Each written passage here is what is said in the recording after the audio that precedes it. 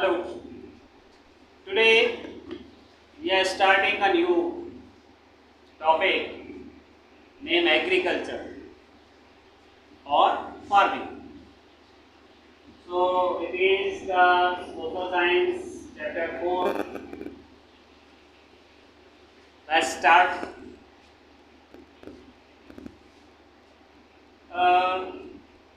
Gurpreet, Madhav and Tina were walking through the village where they saw farmers tilling land. The farmer told them that he was growing wheat and had just added manure to the soil to make it more fertile.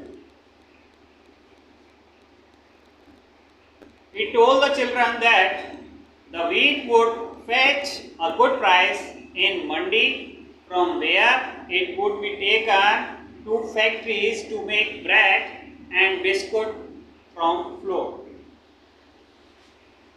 होता क्या है कि गुरप्रीत, माधव और टीना ये तीनों गांव में घूम रहे थे। तो वो घूमते हुए जब जा रहे थे तो उन्होंने देखा कि जो फार्मर्स हैं वो जमीन की जुताई और उस पर मैस देने का काम कर रहे हैं। उन्होंने उनसे पूछा आप लोग क्या कर रहे हैं, तो उन्होंने बताया कि हम अपने खेतों में जुताई करके खाद डाल रहे हैं, मैन्योर डाल रहे हैं, और उसके बाद जो मैन्योर डाल रहे हैं उससे क्या होगा, हमारी जो ज़मीन है वो और ज़्यादा उपजाऊ हो जाएगी। और ज़्यादा उपजाऊ हो जाएगी तो इस पर हम खेती करेंगे। काय की खेती करेंगे? खाद्यान्न की, चाहे गेहूं हो। और जब गेहूं की खेती करेंगे तो जब ये फर्टाइल ज़्यादा हो जाएगी ज़मीन तो ज़्यादा अच्छी मात्रा में गेहूं का प्रोडक्शन होगा। उसे हम अच्छे भावों में मंडी में बेच सकेंगे और मंडी से फिर वो फैक्ट्रियों में चला जाएगा गेहूं, जहाँ पे उसके आटे से ब्रेड या फिर बिस्किट बनेंगे। तो अब आप लोग समझ गए होंगे कि खेती जो करता है किसान, जो फार्मिंग करता है, जो एग्रीकल्चर है, उससे किस तरह से ट्रांसफॉर्मेशन होता है, एक बीज से पौधे के रूप में, पौधे से अनाज के रूप में, अनाज से फिर वो किस तरह मार्केट में जाता है और किस तरह से उसको फिर फ्लोर के रूप में कन्वर्ट होता है और उसके बाद तरह तरह की ब्रेड्स या बिस्किट या आपकी चपातियाँ जो भी है वो बनती हैं। This transformation of plant to a finished product involve 3 types of economic activities. तो ये जो ट्रांसफॉर्मेशन है इसमें 3 तरह की एक्टिविटीज काम में आती हैं। इसको डिवाइड करें तो 3 एक्टिविटीज में ये डिवाइड होता है। Primary activities include all the connected with extraction of and protection of natural resources. तो जो भी नेचुरल रिसोर्सेज हैं जिनके द्वारा उसको उत्पन्न किया जाता है, ये प्राइमरी एक्टिविटीज में आते हैं। Agriculture, fishing, gathering are good examples. Secondary activities are concerned with the processing of these resources. Manufacturing of steel, baking of bread, weaving of cloths are the example of this activity. Tertiary activities provide support to the primary and secondary sector through services, transport, trade, baking, insurance, advertising are example of the tertiary activities. तो आपने देखा कि primary activities जिसमें हमने अन्न को उत्पन्न किया वो सारे उसको प्राइमरी एक्टिविटीज में। सेकेंडरी एक्टिविटीज में जो उसकी प्रोसेसिंग है, जिसके लिए जो रिसोर्सेज चाहिए, चाहे उसकी मैन्युफैक्चरिंग हो या बेकिंग हो, जो भी हमने खाद्यान्न उत्पन्न किया है वो सारी चीजें आती हैं। और तीसरी आती है जिसको कि हम बोलते हैं टेरिटरी एक्टिविटीज। ये जो प्राइमरी और सेकेंडरी जो एक्टिविटीज है उसको सपोर्ट करने के काम में आती हैं, जैसे कि एडवर्टाइजमेंट है या इंश्योरेंस है, एसेट्रा एसेट्रा। समझ में आई बात? तो एग्रीकल्चर क्या हुआ? ये एक प्राइमरी एक्टिविटी है। क्या हुआ? Primary activity. अब सबसे पहले जब एग्रीकल्चर की बात आती है तो हमें ये समझना होता है एग्रीकल्चर का मतलब क्या होता है। पहले हम इस वर्ड की बात कर देते हैं कि एग्रीकल्चर वर्ड है ये आया कहां से। The word agriculture is derived from Latin word ager or agree. Ager or agree. Its mean soil. Ager or agree means soil. It is a Latin word. And remaining part culture. Culture meaning cultivation. Culture meaning cultivation. तो soil में कोई भी चीज उगाने का जो काम करते हैं, कल्टीवेट करने का जो काम करते हैं, वो काम लैटिन भाषा में कंप्लीटली कहलाएगा एग्रीकल्चर। क्या कहलाएगा? एग्रीकल्चर। ठीक है। अब एग्रीकल्चर में क्या होता है? Agriculture is a science and art of cultivation on the soil, raising crops and rearing livestock. It is also called farming. वैसे तो एग्रीकल्चर में हम केवल फार्मिंग को नहीं और भी सारी चीज़ों को इससे मिलती जुलती हैं उनको भी जोड़ते हैं। फिलहाल अगर समझने की बात आए तो एग्रीकल्चर कहते किसको है? ये एक विज्ञान है और एक कला है कि मिट्टी से फसल उगाने की, उसको पालन पोषण करने की, या इसके अलावा जो जीव जंतु है उनको भी पालने पोषने की जो प्रक्रिया है वो एग्रीकल्चर कहलाती है। It is also called farming. इसको हम फार्मिंग भी कहते हैं। इसी के साथ अगर आपको पता हो तो एक नॉलेज आपको दे दूं, जैसे एग्रीकल्चर है वैसे ही सेक्रीकल्चर भी होता है, वैसे ही फिशिकल्चर भी होता है, विटीकल्चर भी होता है और हॉर्टिकल्चर भी होता है। ये सिमिलर वर्ड्स हैं और इन सिमिलर वर्ड्स के मतलब भी आपको पता होने चाहिए। एग्रीकल्चर का मैंने आपको बता दिया, rising crops and rearing livestock, it is also called farming. Second चीज आती है sericulture. Sericulture is a commercial rearing of silk worm. जो रेशम के कीड़े होते हैं उनका पालन पोषण करना, काय के लिए? रेशम प्राप्त करके बेचने के लिए, व्यापार करने के लिए। तो ये जो काम होता है इसको हम सेरिकल्चर बोलते हैं। क्या बोलते हैं? सेरिकल्चर। इसके अलावा आती है बात फिशिकल्चर की। तो फिशिकल्चर किसे बोलते हैं? फिशिकल्चर बोलते हैं ब्रीडिंग ऑफ फिशेस। इसको बोलते हैं breeding of fishes in specially constructed tanks and ponds. जो मछली पालन है, मछली पालन को हम बोलेंगे फिशिकल्चर। क्या बोलेंगे? फिशिकल्चर। नेक्स्ट आता है विटीकल्चर। विटीकल्चर बोलते हैं अंगूर की जो खेती होती है उसको हम विटीकल्चर बोलते हैं। क्या बोलते हैं? विटीकल्चर। तो ये आपका विटीकल्चर भी हो गया।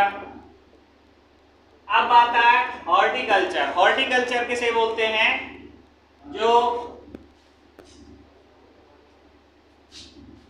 सब्जियां उगाने का काम होता है खेतों में उसको हम हॉर्टिकल्चर बोलते हैं। क्या बोलते हैं? Horticulture. Growing vegetables, flowers and fruits for commercial use. चाहे बागवानी हो, चाहे फूलों की खेती हो, चाहे सब्जियों की खेती हो, इस सबको मिला करके कंबाइंडली अगर एक शब्द में डिफाइन करेंगे तो दैट वर्ड इज हॉर्टिकल्चर। समझ में आ गई बात? Favourable topography of soil and climate are vital for agriculture activity. किसी भी एग्रीकल्चर एक्टिविटी के लिए सबसे ज़्यादा जो जिम्मेदार चीज़ें होती हैं वहाँ की टोपोग्राफी होती है, परिदृश्य कैसा है, सॉइल कैसी है, वहाँ की मिट्टी कैसी है और वहाँ का क्लाइमेट कैसा है। ये तीन चीज़ों पर डिपेंड करता है एग्रीकल्चर की जो भी एक्टिविटी हैं वो। The land on which the crops are grown is known as arable land. तो एरेबल लैंड किसको बोलेंगे? उपजाऊ मिट्टी को, जहाँ पे फसलें उगाई जा सकें उसे एरेबल लैंड बोलते हैं।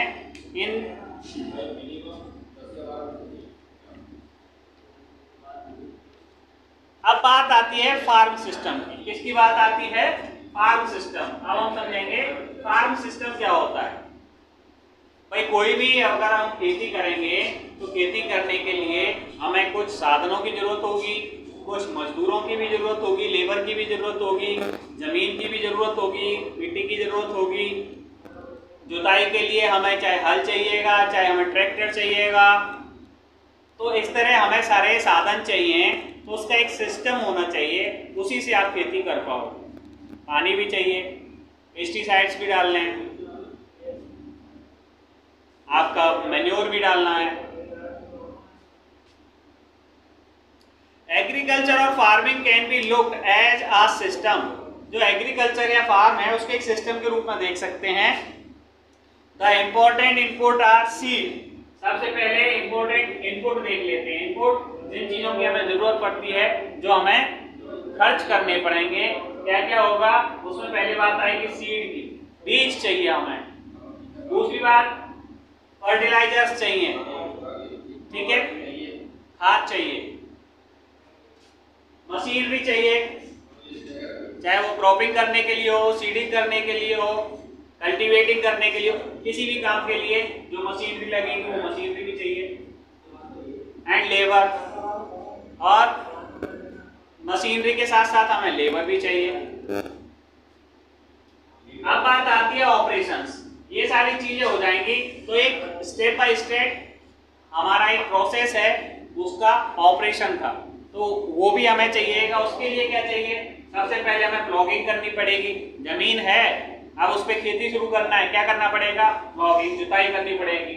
जुताई हो जाएगी, सोइंग करनी पड़ेगी, बुवाई करनी पड़ेगी, फिर इरिगेशन करना पड़ेगा, सिंचाई करनी पड़ेगी, फिर वीडिंग करना पड़ेगा। जो वहाँ पे खरपतवार उग जाती है उसको हटाने का जो काम है वो वीडिंग कहलाता है, तो वीडिंग करनी पड़ेगी।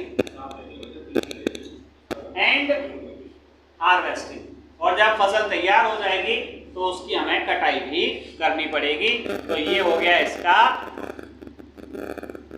क्या हो गया ये इसका ऑपरेशन। अब बात आती है खेती, समझ गए हम। अब खेती होती कितने प्रकार की है? Types of farming. क्या हो गया?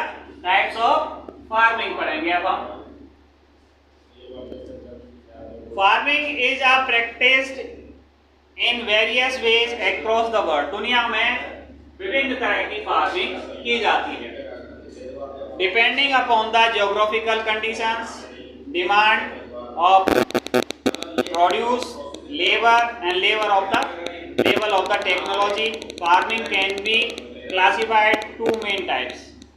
तो ये डिपेंड करता है कि वहाँ का क्लाइमेट कैसा है, वहाँ किस चीज़ की रिक्वायरमेंट ज़्यादा है, वहाँ की मशीनरी क्या है, वहाँ साइंटिफिक रूप से किस किस चीज़ मशीनरी का किस तरह से उपयोग किया जाता है, टेक्नोलॉजी कैसी है, तो लेबर किस प्रकार की है, इरिगेशन की व्यवस्था कैसी है, इन सारी चीज़ों के ऊपर ये डिपेंड करता है। तो इस तरह से हम खेती को दो हिस्सों में बांट सकते हैं। पहली सबसिस्टेंस फार्मिंग एंड दूसरी कॉमर्शियल फार्मिंग। यानी कि पहली तो हम प्राइमरी जिसको बोलते हैं सबसिस्टेंस फार्मिंग बोलेंगे। सबसिस्टेंस फार्मिंग में अगर हम देखें तो this types of farming is practised to meet the need of the farmers family. जो स्वयं के लिए फार्मर्स अपने लिए और अपने परिवार के लिए जो फार्मिंग करते हैं, उसकी पूर्ति के लिए जो फार्मिंग करते हैं, उसको हम सबसिस्टेंस फार्मिंग बोलते हैं। समझ गए? Traditionally low level of technology and household labour are used to produce on small output. इसमें क्या होता है कि जो भी अवेलेबल साधन होते हैं छोटे स्तर पर, उन्हीं के द्वारा कम जगह में ये खेती की जाती है और वहाँ से जो अन्न पैदा होता है वो अपने और अपने परिवार की क्षुधा शांत करने के लिए या आर्थिक पूर्ति करने के लिए काम में आता है। तो इसको हम बोलेंगे सबसिस्टेंस फार्मिंग। दूसरी आती है इंटेंसिव सबसिस्टेंस एग्रीकल्चर। सॉरी,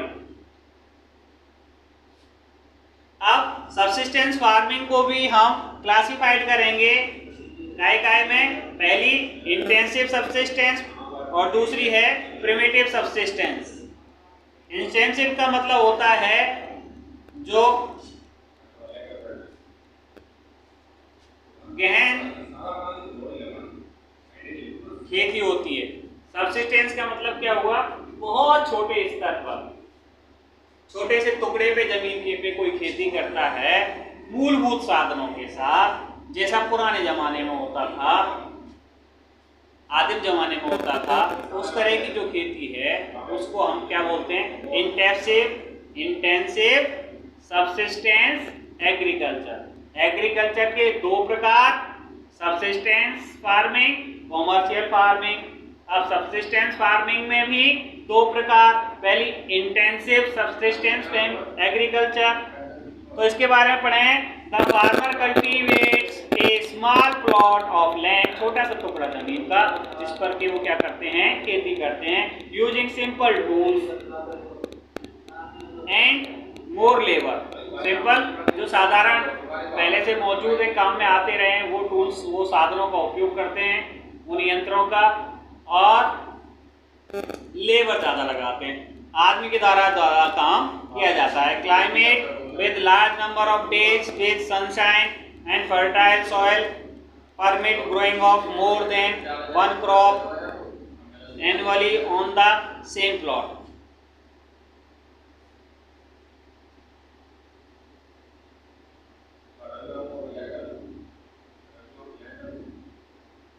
तो इसमें क्या होता है? एक या एक से अधिक खेती होती है साल में एक बार, जब सूरज की रोशनी पूरी तरह से जमीन पर पड़ती है और नेचुरली रूप से वो फर्टाइल होती है, उस पर वो खेती करते हैं। वो इंटेंसिव सबसिस्टेंस एग्रीकल्चर कहलाती है।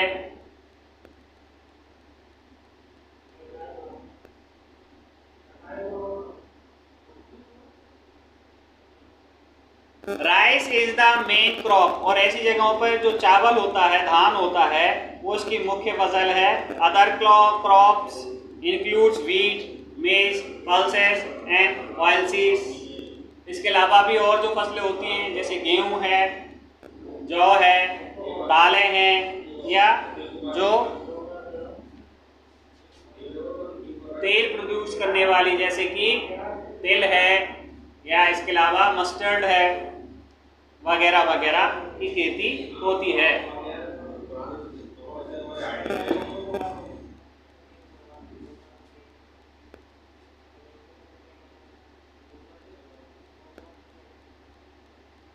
Intensive subsistence agriculture is